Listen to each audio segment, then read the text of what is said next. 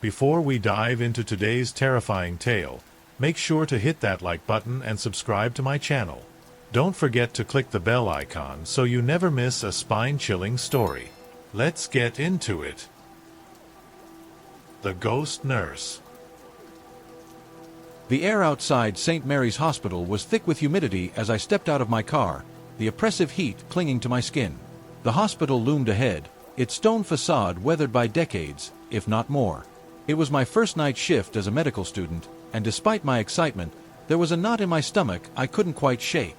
I had heard the whispers among the staff, the unsettling stories that surrounded the old building, but I dismissed them as nothing more than folklore. Hospitals are always full of ghost stories, I told myself. Inside, the sterile smell of antiseptic hit me immediately. The fluorescent lights buzzed faintly, casting a pale glow on the polished floors. Dr. Collins, my mentor for the night, greeted me with a nod as I joined him in the break room. He was a man in his 50s, with graying hair and the weariness of someone who had seen too much. After some small talk, he looked at me with a seriousness that caught me off guard. "You've heard about Ward 13, haven't you?" he asked, his voice low. I shrugged, trying to appear nonchalant. "Just the usual ghost stories. Every hospital has them, right?" Dr. Collins didn't smile. "This place is different. Ward 13 has been closed for years, ever since. Well, let's just say things happen there that we don't fully understand. The patients, the staff, they all reported seeing things. And then, one night, it was sealed off for good. If you know what's best for you, you'll steer clear of that ward." I chuckled nervously, brushing it off. "I'm not one to believe in ghosts, Dr. Collins. I'm sure there's a logical explanation for whatever happened." He didn't press the issue, just gave me a look that said he'd done his part. With that, we began our rounds. The hospital was quiet, the only sounds being the hum of machines and the occasional shuffle of feet in the distance. Most of the patients were asleep, the dim lights casting long shadows in the corridors. As the night wore on, I found myself alone in the hallway near the third floor. The further I walked, the more the atmosphere seemed to change. The air grew heavier, the lights dimmer. I could feel my heartbeat in my throat, but I pushed the sensation aside. I was a man of science, after all. This was just nerves, nothing more. Then, I saw it, a faint light flickering at the end of the corridor. I froze, my eyes narrowing as I tried to make sense of it. It was coming from the direction of Ward 13, the supposedly closed ward. The light flickered intermittently, like an old fluorescent tube struggling to stay on. A chill ran down my spine. The hospital staff had been clear. Ward 13 had been shut down years ago. No one was supposed to be there. And yet, as I stood there, I could hear it, the soft, rhythmic beeping of medical equipment. It was faint, almost drowned out by the distant hum of the hospital, but it was unmistakable. My heart raced as I considered my options. I could ignore it, go back to Dr. Collins, and pretend I hadn't seen or heard anything. But the rational part of me, the part that needed answers, wouldn't let me walk away. My curiosity won out, as it often did. I began to walk toward the light, my footsteps echoing in the otherwise silent hallway. The closer I got, the louder the beeping became, and the more certain I was that something was terribly wrong. As I reached the door to Ward 13, my hand hesitated on the handle. There was no sign of recent use, no fresh scuff marks on the floor, no handprints on the dusty doorframe. But the light, the beeping, they were all too real. Taking a deep breath, I pushed the door open, and as it creaked on its hinges, a sense of dread washed over me. The hallway beyond was dark, the flickering light now coming from a room further inside. I could barely make out the outlines of old hospital beds, their metal frames casting twisted shadows on the walls. I knew I shouldn't be here. Every instinct told me to turn back, to leave and never return. But I couldn't. Something was pulling me deeper into the ward, something that both terrified and intrigued me. And so, against all reason, I stepped inside, the door closing behind me with a heavy, final thud. The moment I stepped into Ward 13, I knew something was horribly wrong. The flickering light barely illuminated the space, casting eerie, shifting shadows on the walls. The air was thick with an unnatural coldness that seeped into my bones, making me shiver despite the warmth of the summer night outside. As I moved further into the room, my eyes slowly adjusted to the darkness, and that's when I saw them. Beds. At least half a dozen of them, all lined up against the walls, each occupied by a patient. My breath caught in my throat. These patients weren't supposed to be here. This ward had been shut down for years. But there they were, lying motionless under thin, worn blankets. Each one was hooked up to monitors and 4 drips, the rhythmic beeping of the machines the only sound breaking the silence. But it was the silence itself that unnerved me the most. None of the patients moved. None of them spoke. Their eyes were wide open, staring blankly at the ceiling as if lost in some terrible reverie.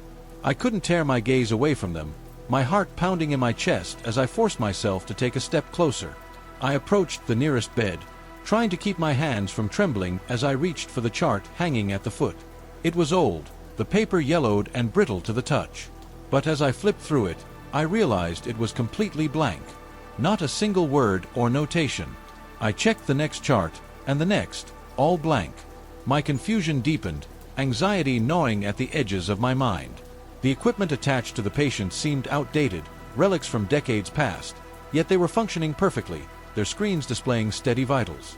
It didn't make sense. How could machines this old still be operational? And why were these patients here, seemingly forgotten by time? I swallowed hard, trying to make sense of what I was seeing. None of this was logical. None of it should have been possible. My training told me there had to be a rational explanation, but I couldn't find one. My hands grew clammy as the silence pressed in on me, a suffocating weight that made it hard to breathe. Summoning what little courage I had left, I decided to try and communicate with the patients. Maybe they were in some sort of catatonic state, or perhaps they had been heavily sedated. I leaned over the closest patient, a man in his 40s with pale, waxy skin. His chest rose and fell with shallow breaths, but his eyes remained fixed on the ceiling, unblinking. "Can you hear me?" I whispered, my voice trembling. No response. The man's gaze remained locked on some point above, as if I wasn't even there. I hesitated, then reached out to gently touch his arm, hoping to elicit some kind of reaction. The moment my fingers brushed his cold skin, his head snapped to the side, his eyes locking onto mine with an intensity that made my blood run cold. The pupils were unnaturally dilated, the whites tinged with a sickly yellow. His mouth twitched, but no sound came out, only a faint rasping breath that sent a shiver down my spine. I jerked my hand back, stumbling away from the bed. The man's eyes followed me, never blinking, never breaking contact. I could feel my heart racing, the thudding in my chest so loud it drowned out the beeping of the machines. I looked around the room, and to my horror, I realized that every patient had turned their head to face me. All of them, staring with those vacant, lifeless eyes. A wave of panic surged through me. I needed to get out of there. I turned on my heel and rushed toward the door, my footsteps echoing in the eerie silence. My hand reached for the handle, but when I tried to turn it, it wouldn't budge. I yanked harder, but it was as if the door had been welded shut. "No, no, no!" I muttered under my breath, my voice trembling with fear. I pounded on the door, hoping someone outside would hear me, but the sound seemed to be swallowed by the oppressive atmosphere of the ward. The walls seemed to close in on me, the shadows growing darker, more menacing. I was trapped. The realization hit me like a punch to the gut, knocking the air from my lungs. I pressed my back against the door, my eyes darting around the room as the patients continued to stare, their eyes full of something I couldn't comprehend. The cold air seemed to thicken, pressing down on me, making it hard to think, hard to breathe. My mind raced, desperate for a solution, but all I could feel was the growing terror that I was no longer alone in that ward. There was something else here, something watching me, waiting. And as the silence deepened, I knew with a sinking certainty that I was not getting out of here easily, if at all. I don't know how long I stood there, back pressed against the door of Ward 13, my mind spinning in a vortex of fear and confusion. My breathing was ragged, my heart pounding as if trying to break free from my chest. Every instinct screamed at me to get out, but the door refused to budge. I fumbled for my radio, desperate for some connection to the outside world. "Dr. Collins? Anyone? I'm trapped in Ward 13. I need help." My voice was shaky, barely holding on to a shred of control as I pressed the button, waiting for a response. Static. Just static. The hissing noise filled my ear, an empty sound that only amplified the oppressive silence of the ward. I tried again and again, but each attempt was met with the same cold indifference. My phone was next. I grabbed it from my pocket with trembling hands, but there was no signal, just a black screen mocking my desperation. The lights above began to flicker more violently, casting erratic shadows that danced across the walls. I could almost swear they were moving on their own, twisting into shapes that shouldn't have existed in the dim light. The room seemed to grow colder, the chill cutting through my scrubs and seeping into my bones. It was more than just physical cold. It was a presence, something dark and malevolent that clung to the air like a suffocating fog. I couldn't shake the feeling that I was being watched, that something or someone was observing me from the shadows. My skin prickled with an invisible touch, a sensation of eyes boring into me from every corner of the room. I forced myself to move, to step away from the door and find another way out, but every step felt like wading through thick, icy water. As the hours dragged on, though I couldn't tell how many, time seemed to lose all meaning. I began to hear them. At first, it was just a faint whisper, barely audible over the static in my head. But as I strained to listen, the whispers grew louder, swirling around me like 1,000 voices just out of reach. They were speaking in a language I didn't understand, a mix of hisses and guttural sounds that sent chills down my spine. Figures began to appear at the edges of my vision, fleeting shadows that seemed to flit from one dark corner to the next.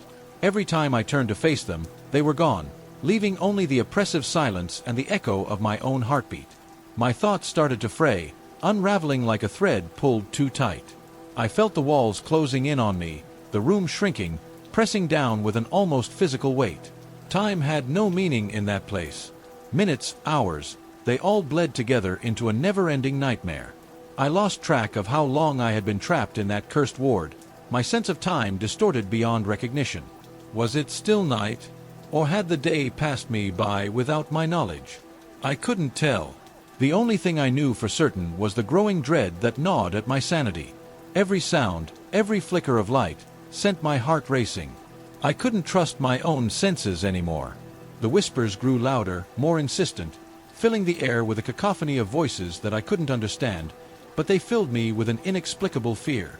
I started to pace, unable to stay still, my footsteps echoing in the silence. The patients in the beds remained motionless, their eyes following my every move, their silence growing more oppressive by the second. I heard footsteps outside the ward, the soft scuffle of shoes against the linoleum floor. My heart leapt into my throat. I wasn't alone. Someone was out there, someone who could help me. I rushed to the door, peering through the small, grimy window, but the corridor beyond was empty. The footsteps continued, growing louder, closer, but there was no one there. "Hello, is anyone there?" I called out, my voice cracking with desperation. No response. Just the echo of my own voice, swallowed by the empty hallway. The footsteps stopped abruptly, leaving me with nothing but the deafening silence and the oppressive weight of the patient's stares. My thoughts began to spiral out of control, paranoia clawing at the edges of my mind. I couldn't trust anything I was seeing, hearing. Was this all a hallucination?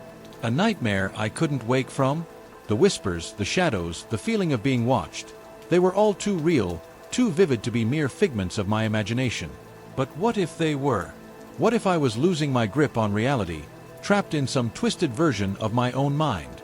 I backed away from the door, my hands trembling as I pressed them to my temples, trying to block out the noise, the whispers, the stares. But it was all too much. The silence of the patients, their unblinking eyes, the relentless cold. It was suffocating, driving me to the brink of madness. I couldn't breathe, couldn't think. All I could do was feel the creeping terror that I was no longer in control, that whatever was happening in this ward was beyond my understanding. I sank to the floor, curling into myself as the whispers closed in around me, a chorus of incomprehensible voices that I could no longer ignore. My thoughts were a jumbled mess, fragments of fear and confusion swirling in a dark void. I wanted to scream, to run, to do anything to break free from this nightmare, but I was paralyzed by fear. As the hours, days, dragged on, I began to lose all sense of myself. Was I even still Ethan? Or had I become something else, a part of this place, this haunted ward that had claimed so many before me? The silence of the patients grew louder, more oppressive, until it was all I could hear, drowning out even the whispers. I was alone, trapped in this ward with no way out, No way to escape the madness that was consuming me from the inside out. And the worst part was, I couldn't even be sure if it was real or just a figment of my unraveling mind. I felt like I was losing my mind, trapped in this cursed place with no way out, no sense of time or reality. But I couldn't just sit there and let the madness consume me. I needed answers, something to make sense of this nightmare. My hands were trembling as I got up from the cold floor, forcing myself to search the room.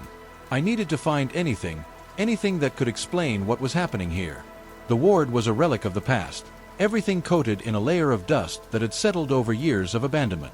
Cabinets lined the walls, their doors creaking as I opened them, searching through old medical supplies and forgotten papers. My heart nearly stopped when I found it, a dusty, forgotten folder shoved into the back of a drawer. The label on the cover was barely legible, but I could make out the faded words, Ward 13, Incident Reports. I took a deep breath and opened the folder. The documents inside were yellowed with age, the ink smudged and faded, but the stories they told were all too clear. My eyes scanned the pages, disbelief giving way to horror as I read about the history of Ward 13. Decades ago, this ward had been closed down after a string of unexplained deaths. The patients, who had all seemed stable, died within days of each other. No apparent cause, no warning, just gone. Their bodies were found in the same eerie stillness I had witnessed, lying in their beds, staring blankly at the ceiling. But it wasn't just the deaths that had sealed Ward 13's fate. The reports from the staff who had worked here were even more disturbing. They had seen them, these same ghostly patients, lingering in the ward long after it had been closed. Faces twisted in silent agony, eyes empty, their presence haunting the few who dared to step foot in this place. The hospital administration had no choice but to seal off the ward, hoping to bury the horrors of the past. My hands shook as I flipped through the pages, each one revealing a new layer of terror. This was what I had stumbled into, a forgotten nightmare that had been waiting in the dark, just beyond the reach of the living. And now, it had me in its grip. A sudden chill swept through the room, and I could see my breath misting in the air.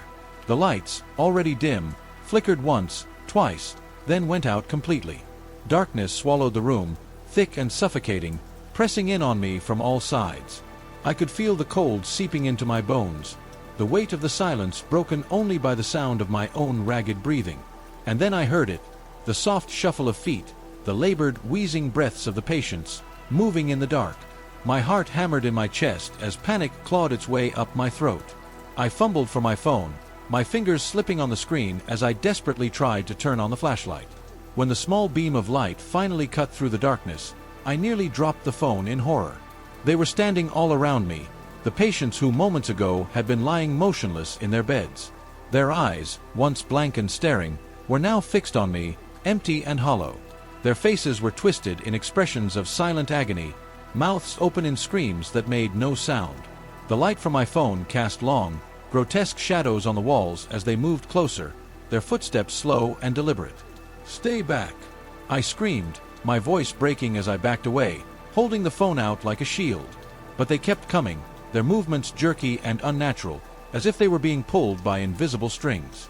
The air grew colder still, the darkness pressing in around me as I realized there was nowhere to run, nowhere to hide. Their faces were inches from mine now, and I could feel the icy breath of the closest patient against my skin. I tried to move, to push past them, but my body wouldn't respond, paralyzed by a terror so deep it felt like I was drowning in it. The whispers returned, louder and more insistent, filling my mind with a cacophony of voices that I couldn't understand but knew were meant for me. The documents, the stories, everything I had read suddenly made sense in a way I wished it didn't.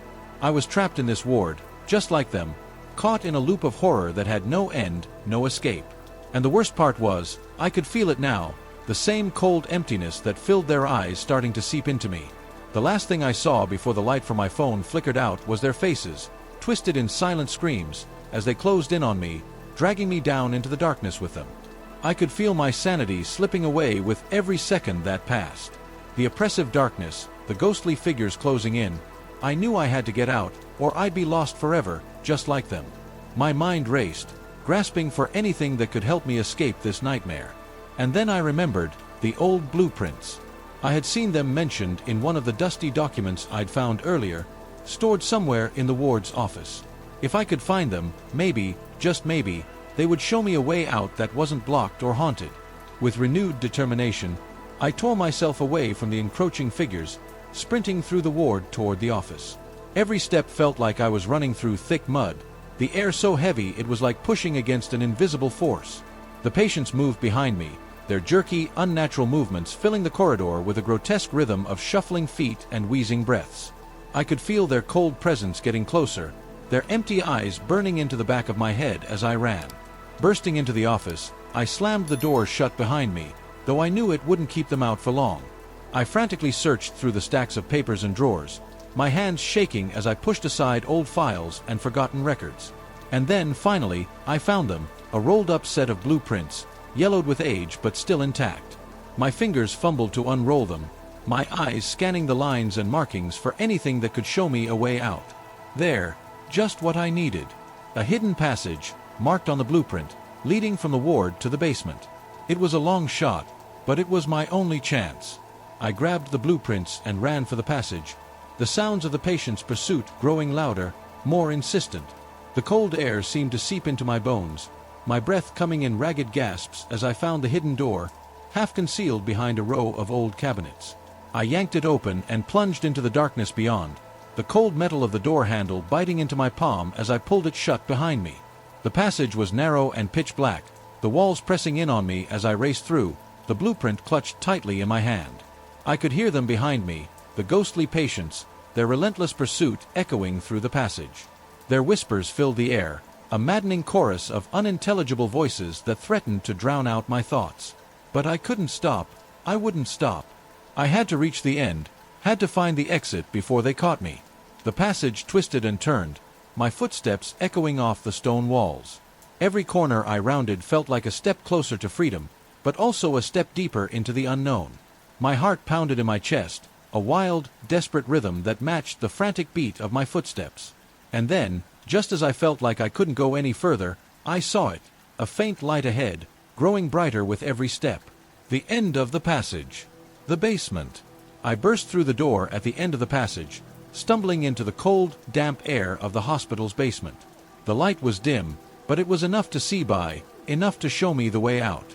I could barely stand, my legs trembling, my lungs burning, but I forced myself to keep moving. There, across the basement, was an old, rusted door leading outside. The exit. Freedom. I pushed through the door and stumbled into the night, the cool air a stark contrast to the suffocating atmosphere of the hospital. I collapsed onto the pavement, gasping for breath, my mind reeling from everything I had just experienced. But as I lay there, trying to make sense of it all, I knew one thing for certain: I had escaped. I was out. But as I slowly got to my feet, a sense of unease settled over me. I turned back to look at the hospital, its towering silhouette looming against the night sky. The lights in Ward 13 flickered one last time, then went out, leaving the building in complete darkness. The oppressive feeling that had gripped me for so long seemed to lift, but it left something else in its wake, an unsettling, lingering dread. I walked over to my car, the keys trembling in my hand as I unlocked the door. Before getting in, I glanced at my reflection in the car window, and that's when I saw it. My heart nearly stopped. Standing just behind me, in the faint reflection, was a shadowy figure. I spun around, but there was nothing there. The parking lot was empty, silent except for the distant hum of the city. But I knew what I had seen. I knew the truth. I hadn't truly escaped. The horrors of Ward 13 had followed me, marked me. As I drove away, the shadowy figure lingered in my thoughts, a constant reminder that some nightmares never end, that some places never let you go. The Room 306. When I first stepped into St. Augustine's Hospital, the air felt heavy with the weight of its history. The building was old, its brick exterior weathered by decades of use. The inside was a labyrinth of long corridors and dimly lit rooms, with the occasional flicker of an overhead light reminding me just how ancient the place really was. As the newest nurse on staff, I had been warned about the quirks of working here, some light-hearted banter from the seasoned nurses, the usual talk of strange occurrences that always accompany old hospitals. But the warnings about Room 306 were different. My first day was filled with introductions, paperwork, and a whirlwind of new information. My colleagues were kind, though a bit guarded, as if they were all carrying a secret they weren't quite ready to share. It wasn't long before one of the more senior nurses, Carol, took me aside. "Sarah," she said, her voice low and serious, "there's one thing you need to know about this place. Stay away from room 306. I couldn't help but laugh. "Why? Is it haunted?" I asked, half joking, expecting some tale of a ghostly apparition or strange noises in the night.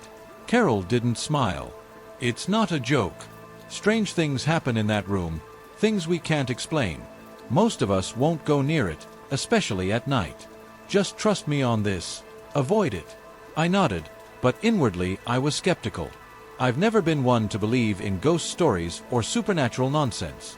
To me, there was always a logical explanation for everything. But as the day wore on, I heard more whispers about room 306, each story more unsettling than the last. The nurses talked about patients who claimed to see things, strange sounds, and an overwhelming sense of dread that would fill the room. A few mentioned that no one had occupied the room for years, yet it was never closed off or repurposed. Later that evening, I began my first night shift. I was actually looking forward to it. Fewer patients meant less chaos, a chance to settle into the rhythm of the job. But as night fell, the hospital took on a different character. The bustling energy of the day was replaced by an eerie stillness. The corridors seemed to stretch further into the darkness, and every sound echoed as if amplified by the silence. Assigned to monitor several patients on the third floor, I made my rounds, checking vitals and ensuring everyone was comfortable. But I couldn't shake the feeling that I was being watched. It was subtle at first, a shiver down my spine, the hair on the back of my neck standing up. I kept telling myself it was just nerves, the natural anxiety of starting a new job in an unfamiliar place. Then, as I turned the corner into the east wing, I noticed something that stopped me in my tracks. Room 306. The door was closed, as it had been all day, but there was something about it that drew my attention. I stood there for a moment, just staring at it. The door looked just like any other door in the hospital, but the silence around it was almost palpable, as if the very air was holding its breath. I could hear Carol's warning in my mind, but my curiosity was stronger than my fear. "It's just a room," I told myself. "Nothing to be afraid of." I rationalized that perhaps all the stories were just a way to haze the new staff. After all, every place has its legends, right? Taking a deep breath, I walked towards room 306. As I got closer, a sudden chill swept over me, so cold that I could see my breath in the air. It was like walking into a freezer. I stopped, my hand hovering over the door handle. My heart pounded in my chest, a mix of fear and excitement. But I pushed the feeling aside, convincing myself it was just nerves. With a final glance down the empty corridor, I reached out and touched the handle. It was ice cold, sending a shiver through me that had nothing to do with the temperature. My hand trembled as I pulled away, a sense of unease settling deep in my gut. Maybe the stories were true after all. For the rest of my shift, I couldn't shake the feeling that something was watching me, following me through the empty halls. Every time I passed by room 306, that cold, creeping dread would return, stronger than before. By the time dawn broke, I was more than ready to leave. But as I left the hospital that morning, one thought lingered in my mind. I had to know what was behind that door. The door to room 306 creaked open, its sound echoing down the silent corridor. My heart was pounding in my chest as I stepped inside, the air cold and heavy around me. The room was dimly lit by a single flickering fluorescent light, casting eerie shadows on the walls. At first, the room appeared empty, just an ordinary hospital room that had been forgotten with time. But then I saw him, a frail figure lying in the bed, almost blending into the sterile white sheets. The man was old, much older than any patient I had seen so far. His skin was pale, almost translucent, stretched thin over his bony frame. His eyes, sunken and lifeless, stared up at the ceiling, but there was something in them, something that made my blood run cold, a knowing, a familiarity that I couldn't explain. "Hello," I called out softly, unsure if he could even hear me. Slowly, his head turned towards me, and those vacant eyes locked onto mine. A shiver ran down my spine as he spoke, his voice a dry whisper that seemed to rasp through the stale air. "They finally sent someone," he murmured, a faint smile curling his lips. "I thought I had been forgotten." I hesitated at the doorway, every instinct telling me to leave, to turn around and never come back. But there was something about him, something that compelled me to stay. "I'm sorry, I didn't know this room was occupied," I said, taking a cautious step forward. "I'm Sarah, one of the new night nurses." "Sarah," he repeated, the name rolling off his tongue like a long-forgotten memory. "It's been a while since anyone came to visit me. I'm Mr. Weaver." His gaze never left mine as I approached the bed, the weight of his stare making my skin crawl. Up close, he looked even more frail, his body barely making an impression on the mattress. He looked like a ghost, a relic of the past that had somehow remained, trapped in this room. "What are you doing here?" I asked, trying to keep my voice steady. "This room, it's supposed to be empty." Mr. Weaver smiled again, but there was no warmth in it. "I've been here for years, my dear. They forgot about me, left me to rot in this room. But you've come to keep me company." His words sent a chill through me. How could someone be forgotten in a hospital, in a room that no one ever enters? It didn't make any sense. I glanced at the monitors beside his bed. They were old, outdated, yet they beeped steadily, as if they were brand new. The whole situation was wrong, deeply wrong, but I couldn't bring myself to leave.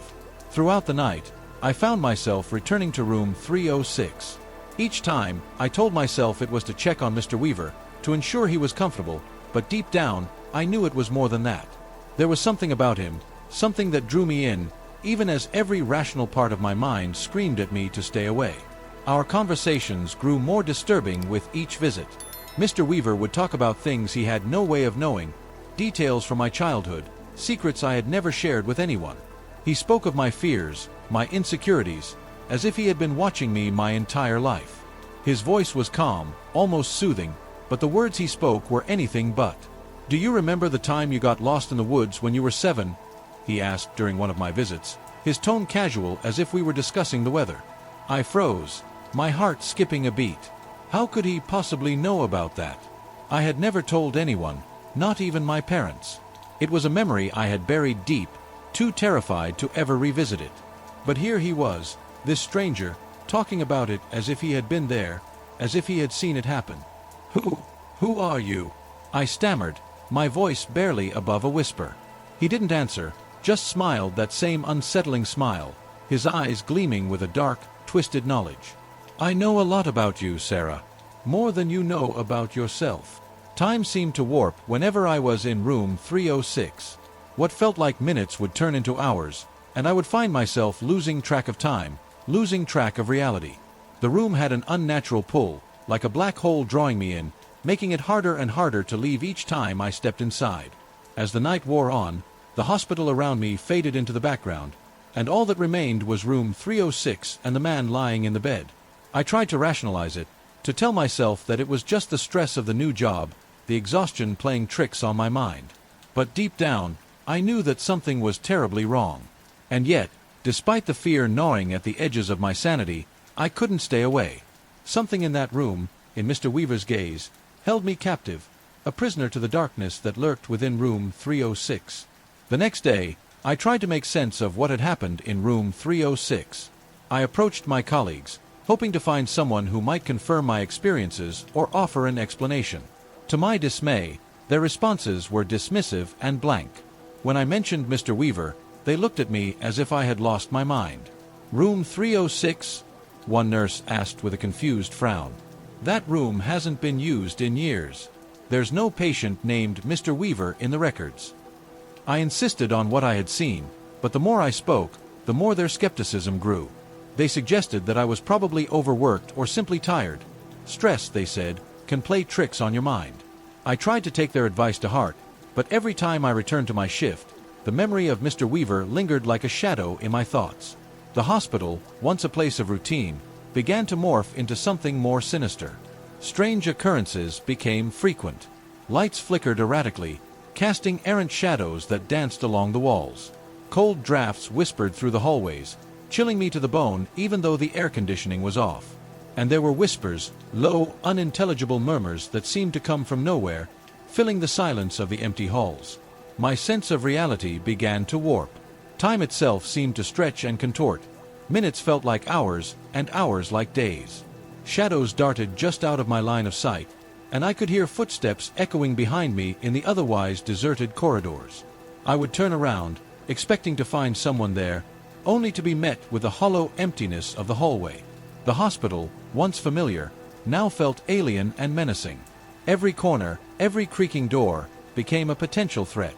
My mind was awash with paranoia, and I started questioning whether Mr. Weaver was a figment of my imagination, a product of sleep deprivation, or something far more insidious. The line between reality and delusion blurred with each passing hour. Then came the night when my sanity teetered on the edge. I had just finished another unsettling conversation with Mr. Weaver, whose words grew ever more cryptic and disturbing. As I attempted to leave room 306, I was overcome by an overwhelming sense of dread. Later that night, I lay in bed, trying to ignore the echoes of our conversation. Sleep came fitfully, and when I did drift off, I was thrust into a nightmarish vision.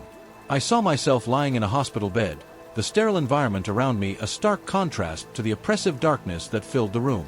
Mr. Weaver stood beside the bed, his figure looming large and menacing. His eyes, those vacant, knowing eyes, were fixed on me as he leaned closer, his lips moving in silent, malicious whispers. The vision was so vivid that I woke up in a cold sweat, my heart racing. The terror of it clung to me, making it impossible to shake off the feeling that something awful was on the horizon. The lines between my waking life and my nightmares had merged, leaving me trapped in a perpetual state of fear and uncertainty. Determined to uncover the truth, I began my own investigation into the hospital's history. I spent hours poring over old records, documents, and news articles, trying to piece together the mystery surrounding room 306. What I discovered was more horrifying than I could have imagined. Decades ago, room 306 was the site of a chilling incident. A patient named Eleanor Carter had died under inexplicable circumstances. The official cause of death was listed as unknown, but rumors circulated among the hospital staff that Eleanor had experienced unspeakable horrors in the room before her death. Since then, anyone who stayed in room 306 reported experiencing terrifying and inexplicable phenomena. The hospital administration had attempted to close off the room, but the strange occurrences persisted, even affecting those who merely approached its vicinity. With this grim knowledge in hand, I knew I had to return to room 306. A gnawing dread followed me as I made my way back to the room, each step feeling heavier than the last. The shadows seemed to cling to the walls, and the chill in the air was palpable. I had to confront Mr. Weaver once and for all, hoping he could provide answers to the countless questions tormenting me. When I entered the room, Mr. Weaver was waiting for me. His demeanor was different from before. There was a sense of grim satisfaction in his eyes. He finally began to reveal the truth about himself. Mr. Weaver had once been a respected doctor at the hospital. Driven by a fascination with the supernatural, he had used room 306 as a gateway to communicate with the other side. His obsession led him to perform forbidden rituals, attempting to bridge the gap between the living and the dead. But something had gone horribly wrong. Instead of finding a connection to the beyond, he had opened a door to something far more malevolent. Now, he was a prisoner of his own making, eternally bound to the room's dark history. As Mr. Weaver spoke, the temperature in the room plummeted, and the lights flickered out, leaving me in oppressive darkness. I could hear the whispers of the room's tormented souls, their voices echoing with a mournful desperation. The shadows in the room seemed to come alive, swirling and coalescing into grotesque shapes. Mr. Weaver's face contorted into a grotesque smile, a macabre reflection of the darkness that now surrounded us. His eyes glinted with a cruel satisfaction as he informed me of my fate. "You're now part of room 306's history," he said, his voice a sinister whisper in the dark. "Another soul claimed by the darkness, just like all the others." I felt an icy grip of terror as the shadows closed in, the whispers growing louder, more insistent. The reality of my situation began to sink in. Room 306 was not just a room, it was a trap, a gateway to a nightmarish realm where lost souls were condemned to suffer for eternity. My heart raced as I struggled to find a way out, but it was clear that escaping the room's malevolent grasp would not be so simple. The darkness was closing in, and with it, the horrifying realization that I might never escape the nightmare that room 306 had become. As the shadows in room 306 pressed in around me, I knew I had only one chance to escape.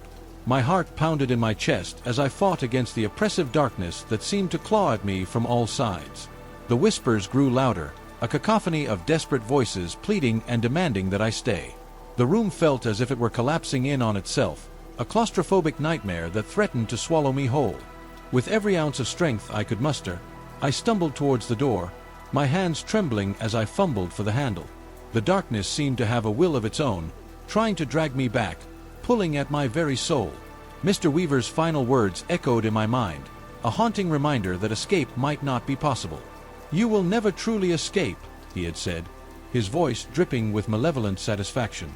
I burst through the door, slamming it shut behind me with a force that rattled the walls. The silence of the hospital outside was almost deafening in contrast to the chaos I had just left. My breath came in ragged gasps as I sprinted through the dimly lit corridors, my footsteps echoing off the walls. Every shadow seemed to reach out for me, and the oppressive sense of dread was almost unbearable. Finally, I stumbled out into the night air, the cold biting at my skin and bringing a fleeting sense of relief. I looked back at the hospital, the looming building now shrouded in an almost mocking darkness. My relief was short-lived. The fear that had gripped me in room 306 lingered, a chilling reminder that I was not truly free. I left the hospital behind, vowing never to return. But the escape was not as complete as I had hoped. The experience had left me profoundly shaken, and the shadows of room 306 seemed to follow me wherever I went. Lights flickered in my home, strange noises disturbed my sleep, and the feeling of being watched never truly left me. No matter where I went, the memory of Mr. Weaver and the cursed room haunted me. The chilling whispers, the empty eyes of the patients, and the malevolent presence of room 306 had embedded themselves into my very soul. I tried to convince myself that it was all in my head, that I had simply experienced a traumatic ordeal. But deep down, I knew the truth. The dark influence of room 306 had not been confined to that old hospital. It had followed me, a lingering shadow that tainted every corner of my life.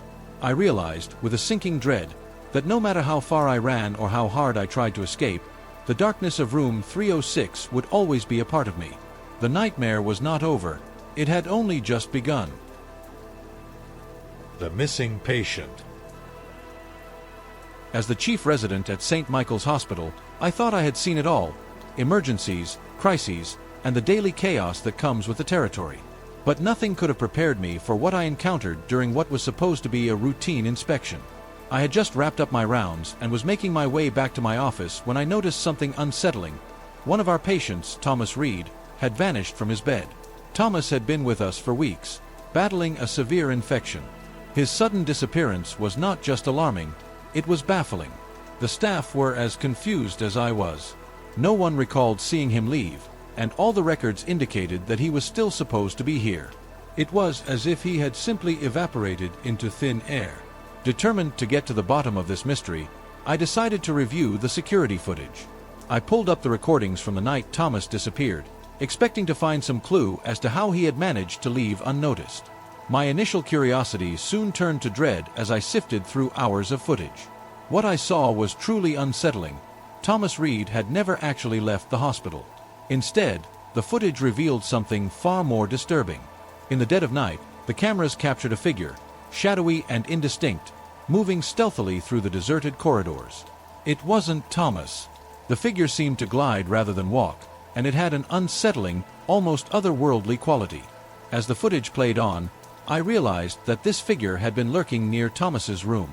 The reality of what I was seeing hit me like a cold wave, and an uneasy feeling settled deep in my gut.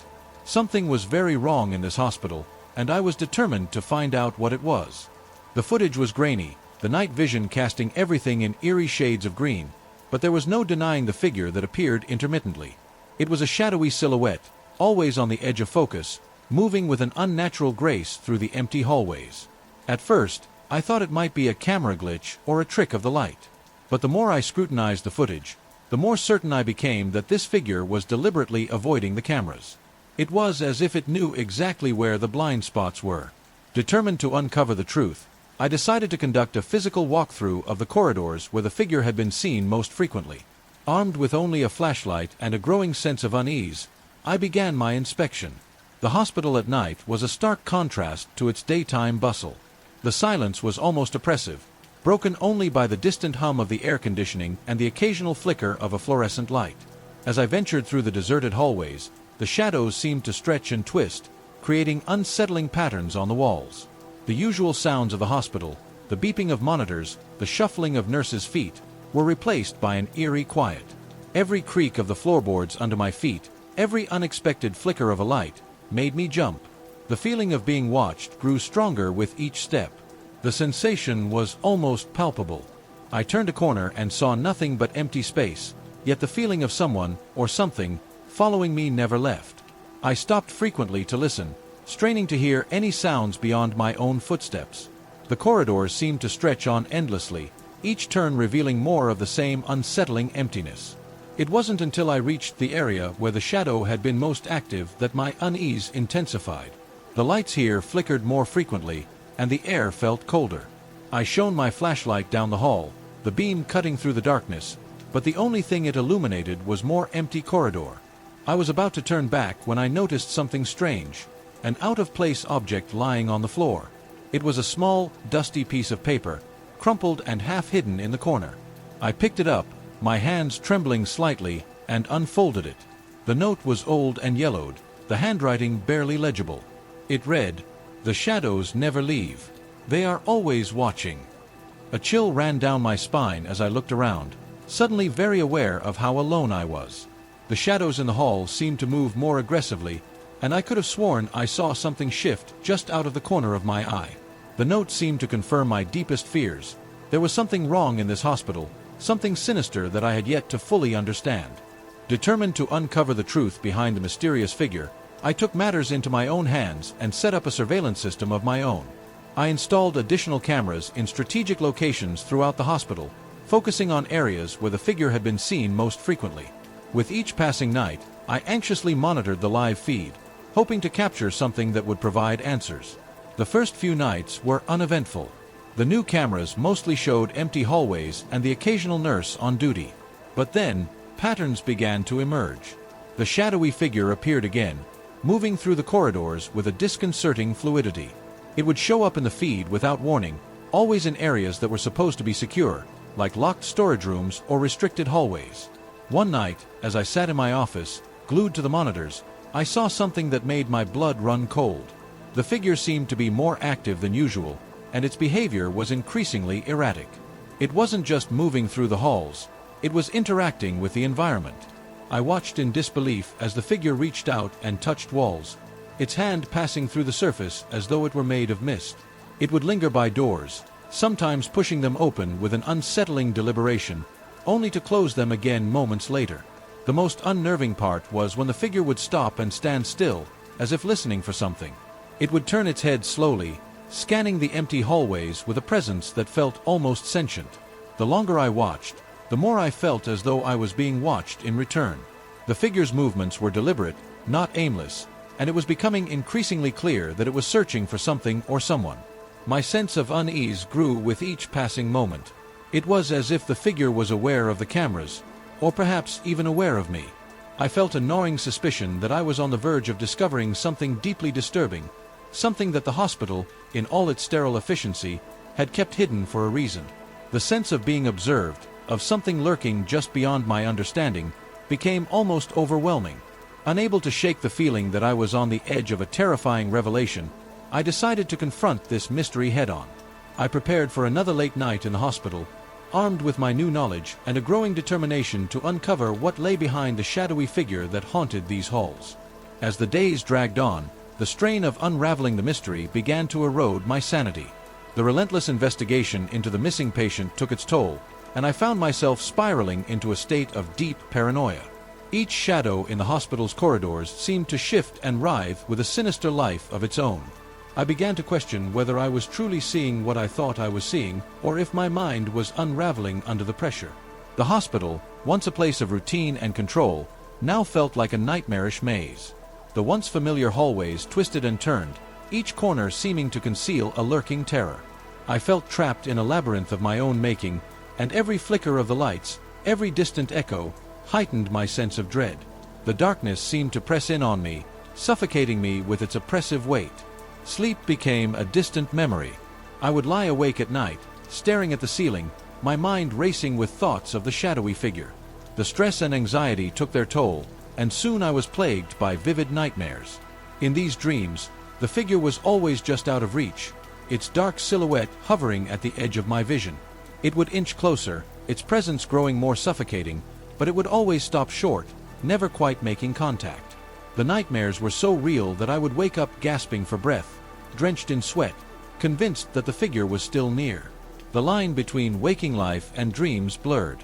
During the day, the hospital's sterile environment felt increasingly hostile, and I started to see fleeting glimpses of the shadowy figure out of the corner of my eye.